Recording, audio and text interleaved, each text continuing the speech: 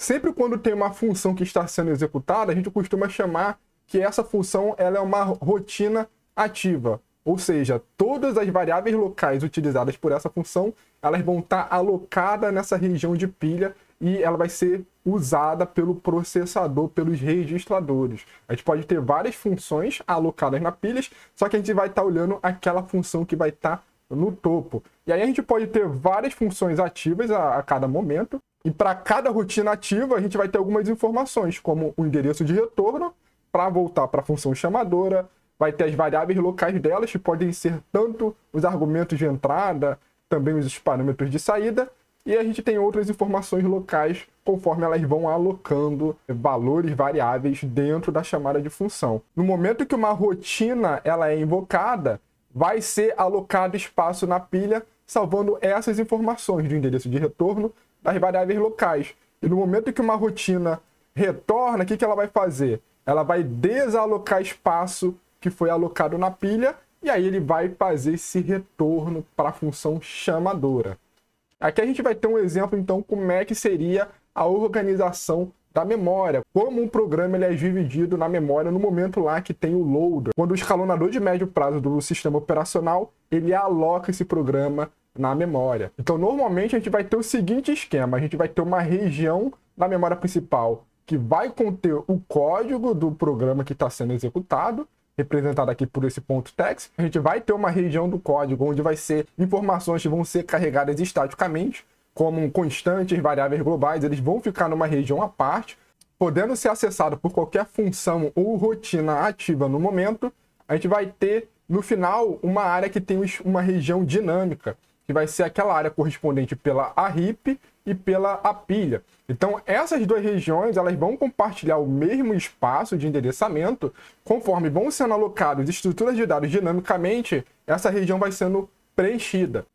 Então, normalmente o sistema operacional ele começa alocando o endereço base da heap com os endereços menores. Aqui considerando que o endereço da memória principal ele vai de baixo para cima. Então a heap ela começa aqui com endereços menores e conforme vai sendo alocado estruturas de dados na heap, ele vai incrementando o endereço. Enquanto a pilha ela começa a ser alocada nos endereços superiores, o endereço máximo dessa região que foi alocada. Então aqui é a base da pilha e conforme a gente vai alocando elementos na pilha, ela vai decrementando o topo da pilha. Então aqui perceba pela setinha que quando a gente coloca elemento da pilha, por ela começar com o endereço base superior, sempre quando a gente for alocar elemento, a gente vai então decrementar o endereço, porque aqui a gente vai ter uma grande região vazia, tá? Que vai ser preenchida tanto pela heap, tanto pela pilha. Então a gente tem esse esquema que é normalmente implementado pelo sistema operacional. Aqui só para dar exemplo de tipo de estruturas de dados que são alocados na heap,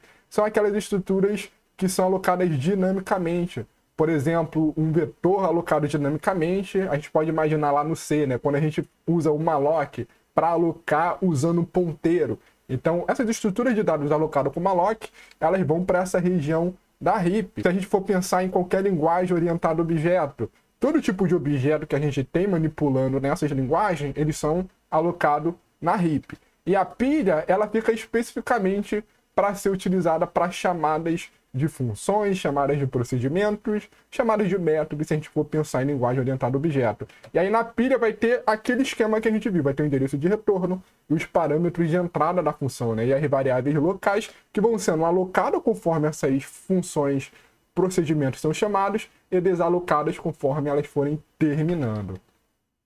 Só para a gente ver uma ilustração, aqui a gente vai ter uma região de pilha e ela já tem alguns elementos que foram alocados.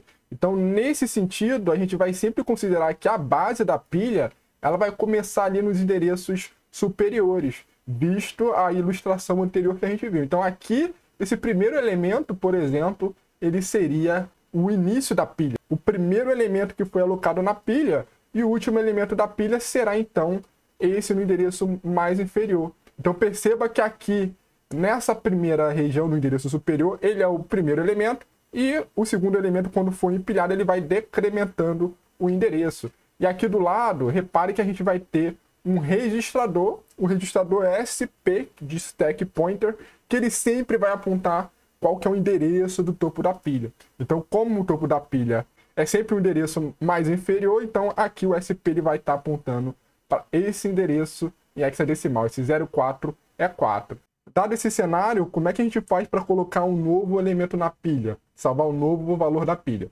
A gente vai fazer isso utilizando o registrador SP, o nosso stack pointer. Então, para a gente conseguir fazer isso, primeiro a gente vai ter que ajustar o SP. O SP aqui, ele vai estar apontando para o topo da pilha. Se a gente quer adicionar o valor, a gente primeiro tem que mover ele para a região abaixo, né? Então, a gente vai fazer isso utilizando a instrução do ADDI. Então, a gente diminui 4 bytes. Lembrando aqui que o RISC-V a gente está vendo a arquitetura de 32 bits. Então, cada elemento que é salvo na memória, ele consome 4 bytes.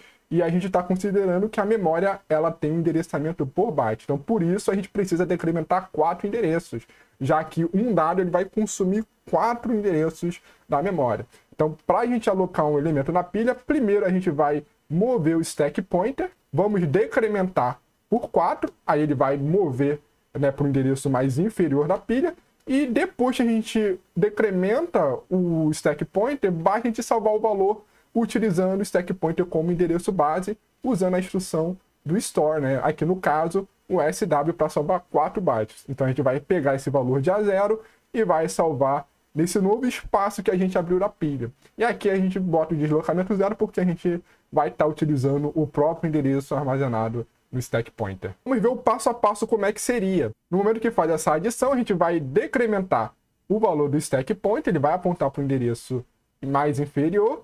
A gente vai agora salvar utilizando a instrução de SW o valor de A0 para dentro desse novo endereço e depois a gente vai ter o nosso elemento já alocado dessa maneira. É assim que a gente vai estar incrementando o valor da pilha. É assim que a gente vai salvar, por exemplo, o valor do registrador RA antes de fazer uma chamada de função. E aí como é que seria agora para a gente desalocar, desempilhar a pilha? Pegar esse valor que a gente alocou e retornar novamente. Então, da mesma forma, primeiro a gente vai ler o valor que está no topo da pilha, como exemplo do nosso load. A gente vai pegar esse valor, salvar no registrador A1 e depois a gente vai incrementar o stack pointer. Fazendo isso, ele agora vai apontar para o endereço mais superior. E dessa forma a gente vai conseguir desalocar o valor que a gente tinha alocado antes. A gente pode ter duas formas para implementar essa região de pilha que depende mais do sistema operacional. A gente pode ter o que a gente chama de pilha descendente, que a gente começa com o endereço base no maior endereço e conforme a gente vai alocando o elemento, ele vai decrementando para o menor endereço, né? A gente vai diminuindo o endereço dessa região de pilha. E a gente tem a pilha ascendente, onde o endereço base da pilha, ela começa no menor endereço e conforme a gente vai alocando o elemento na pilha, empilhando elementos, ele vai aumentando esse endereço. Sempre o topo da pilha ele vai apontar para o maior endereço na pilha ascendente. E na pilha descendente, o topo da pilha vai apontar para o menor endereço.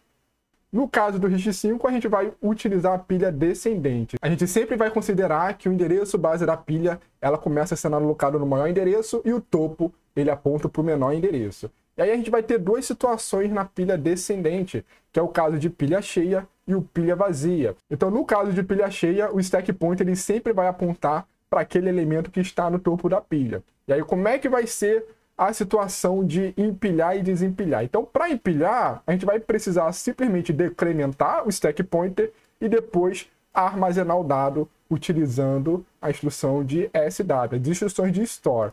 E para desempilhar, a gente vai primeiro ler o dado e depois incrementar o SP, conforme a gente viu nos exemplos anteriores.